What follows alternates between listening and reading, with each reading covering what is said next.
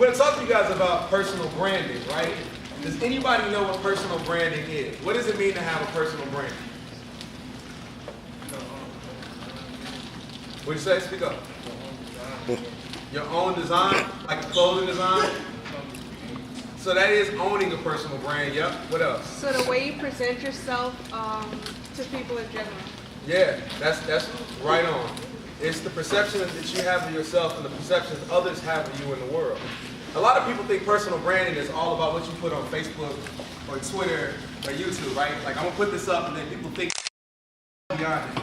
Social media is a tool that you can use to create your personal brand, but personal brand is more about a real exploration of self and understanding who you are. We were talking earlier and I shared that it's what personal brand of themselves is being someone that doesn't have a good general disposition. Other people establish personal brands that are strong, that exude excellence. If you see, if Michael Jordan walked in here right now, what do we know about Mike? What else though? 6 rings, greatest, what else? 6'6". 6'6", right? He got crossed by Iverson, that's a good one. How about millionaire? How about successful, right? But how did Mike do that? How did he establish that? And there's other people who have established personal brands through their work, through their speech and things that they do. I want to tell you why it's important to have a good personal brand. I'm going to share a story with you all of something that happened to me in October of 2014. So I brought my nephew with me, and I won't embarrass him, but he's with me today, and he's actually never seen me do this, so I'm glad that he's here. But it was actually the day that he was in the hospital, he was sick. And we were at Christ Hospital on 95th. Anybody know what Christ is? Yeah. Southside? No. Right? Oak Lawn, right? Yeah. Do you understand the historic nature of Oak Lawn and policing in Oak Lawn? Right? There was a place, Oak Lawn was a place once upon a time where we were not allowed to go. African Americans and Hispanics were not very welcome there. Right? When Dr. King came to march in Chicago, and he was actually marching on that area of the city, famously he got hit in the head with a brick there. And he said he had never experienced the type of racism that he experienced in the south side of Chicago that he did that day. He's at Marquette Park. So my story talks a little bit about that, about perceptions, and about how our choices and personal brands can alter the outcomes of our life. So I was in the hospital with my nephew, and he was sick, and we were waiting on nurses to come back and tell us whether or not he had an appendicitis, he needed an appendicitis. And while he was sick, my dad and I, we're sitting in the waiting room of the hospital. Now we're sitting, chilling. Now I'm not dressed like this that day. I'm in a hoodie and some Jordans because I just come from playing basketball. So I'm dressed a little differently. Sitting there for about 3 hours, no one says a word to us. Now we weren't sitting in the main waiting room of the hospital because if you remember in October of 2014, everyone was scared that this Ebola mass breakout was going on. So my dad and I weren't sick, and there was no need for us to sit in the waiting room with all the other sick people, right? That just doesn't make much sense. So we asked the nurse where we could sit. She said, well, you can sit on the couches right here by the elevators. We did that till about midnight. At midnight, 2 security guards walked past and said, you guys can't sit here. And I said, okay, well, where would you like us to go, sir? He said, well, I don't know, just go back to where you came from. So we said, okay. We got up. My dad, who works in the church, my mother, who's a minister, was at the hospital as well.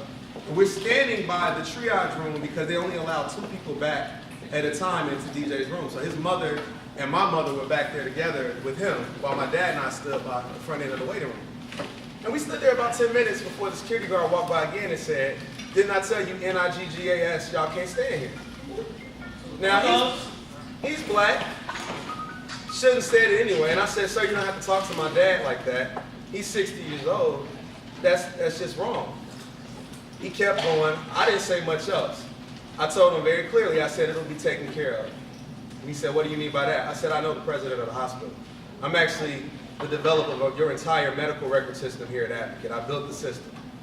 Oh, well, that doesn't mean anything to me. I said it doesn't. But I know Stephanie Johnson, too, who's also head of HR at Advocate. So one of those things is network, right? Having a strong network. Young black woman was head of HR at the time at Advocate, and I knew her well. So I didn't say anything else to him, but we proceeded to walk towards the end of the hallway, just like this. And as I turned left to go sit in the seat that would have been right here, the security guard tackled me, put me in a headlock, and threw me on the ground. At this point, I'm screaming, why are you doing this? Please don't kill me. Why are you doing this? My dad is standing right there next to me yelling out, please don't kill my son.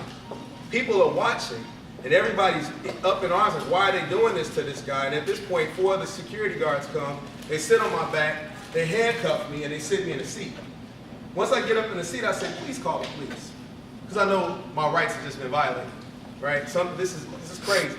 So the police come, but at this point, they had taken me to the other side of the hospital. And while they're taking me to the other side of the hospital, I'm being kicked and punched and hit.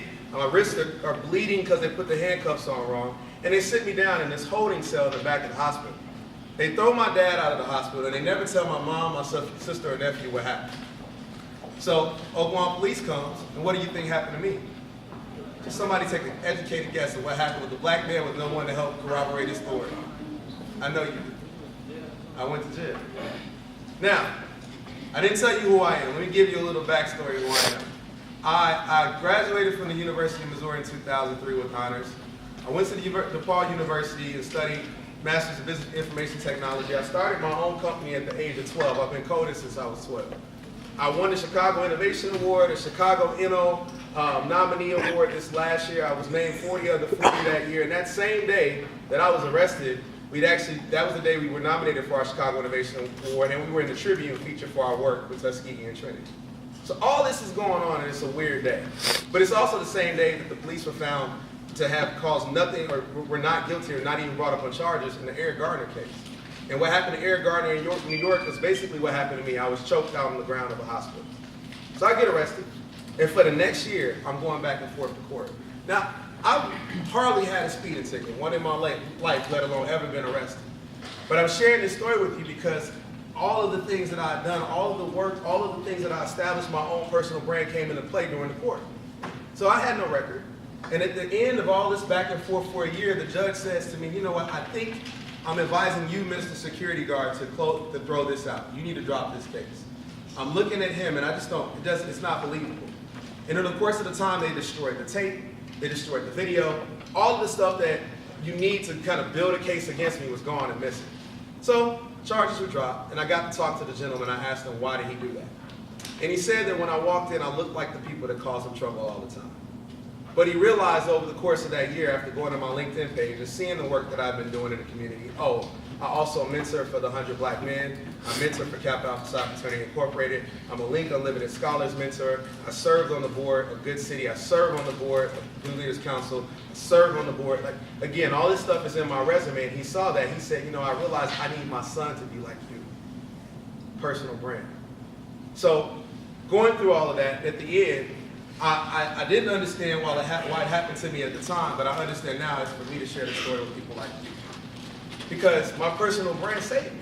At the day of the court hearing, I had people in the room that are CEOs, COOs, ministers, clergy, community members, and family that were all willing to stand up for my character. And the judge, before that even had to occur, said, I advise you to drop it, and he did. So personal branding is really important. It's beyond important. It's not only what you put on Facebook and Twitter, the tools that you use, it's what can save your life. And I would contend that personal brand is something that we learn out of failure. Failure is what helps us sustain our personal brand. Everyone that's been great has failed. Milton Hershey had to start 2 candy companies before he was able to successfully start the Hershey Chocolate Company. Walt Disney was told he wasn't creative enough before he was able to start the Disney Corporation, which is, I think that's pretty creative. Right? Even Steve Jobs was fired from Apple and told to go away, forced out of his own company before he was brought back to start and develop the iPhone. Pretty crazy. But all of this ascribes to why personal branding is important and how we can learn from our failures and our challenges. So, I have a presentation. It's not long. We're going to talk through some things, and I'm going to open the floor for questions around personal branding and how you can establish a personal brand for yourself. So, to protect you, whether it's in things that happen like me at the hospital, or as you go on to college, or even right now in high school, if you want to accomplish something, part of being able to accomplish something and achieve it is having a strong personal brand. So I asked the question earlier, what a brand is. Somebody throw out some other brands that they love. What are some brands you guys love? Gucci. Gucci? You think you're talking about an example of brand period? The brand period. Something that's a lady. Okay, but what's one of your favorites? Just name one. You got a favorite? Jordan? Well, Nike. Nike. Michael Kors? Love pink. Who? Love pink. Love Pink? Why do you like Michael Kors brand? Because I like the person. I like the person. I like the person. Okay.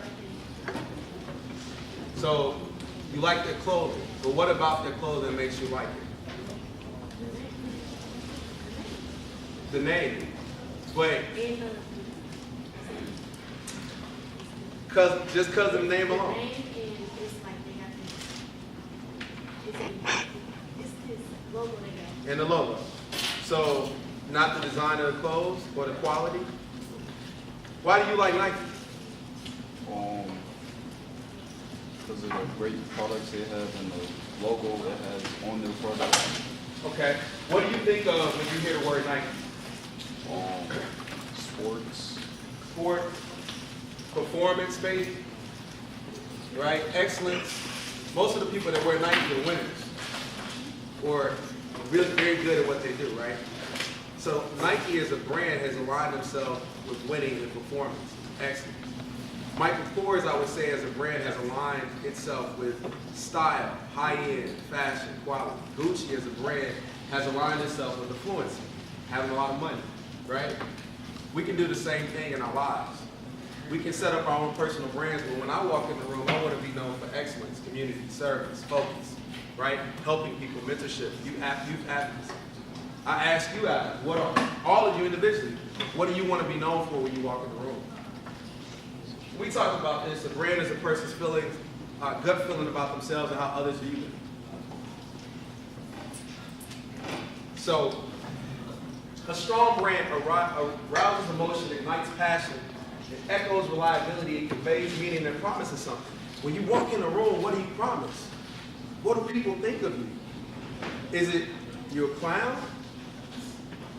Is it he does great work, she's awesome, she follows through on things, she's a team player? What is it? Anybody know who this guy is?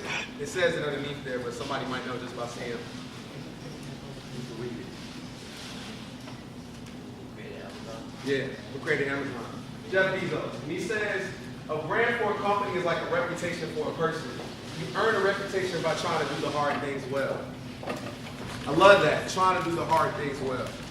Not just settling for easy. Jay-Z says, if difficult takes a day, impossible takes what? Y'all don't know the quote? Wow, I'm old. That's just means I'm just getting old, because I used to use that and everyone knew it. Impossible takes a week. And if you look at what he's accomplished, I think that's pretty admirable, right? Anybody know how much he just sold his app for? 220 million? And he bought it for 60, and in under 2 years, he tripled the value of the app. What's that? Tidal. The music app. Tidal. Y'all use Spotify, Apple Music, right? Yeah. Tidal's one of those as well. He bought it for 60 and he sold it for 220 in less than 2 years. Difficult takes a day, impossible takes a week.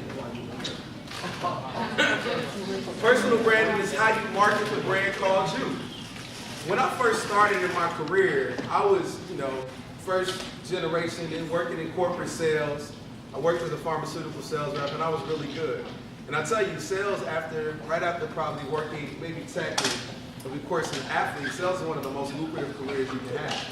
So I was working in sales, number one in my team, number one in my region. But when it came time for promotion, I didn't get promoted. And I asked my manager why. And he said, well, Jeff, you're great at selling, but you don't sell yourself well at all. And I had to learn how to do that. And what I didn't do was they'd have these sales calls. I was selling something called Allegra. Anybody know what Allegra is? Anybody take Allegra for allergies? So I actually would go in and talk to doctors about medicine. That was my job. And I'd walk in and I'd say, hello doctor, how you doing? I'm here to talk to you today about Keytech Allegra Nasal Cordet Q. Can I get your commitment to prescribe Allegra for some of your patients with allergies? And here's why you should do that. And that was my job. And You make 6 figures doing that, plus bonus checks, and you get to travel. So I won trips and I won rings. I told people that's the closest I'm ever gonna get to being in the NBA at 5'11" with that job.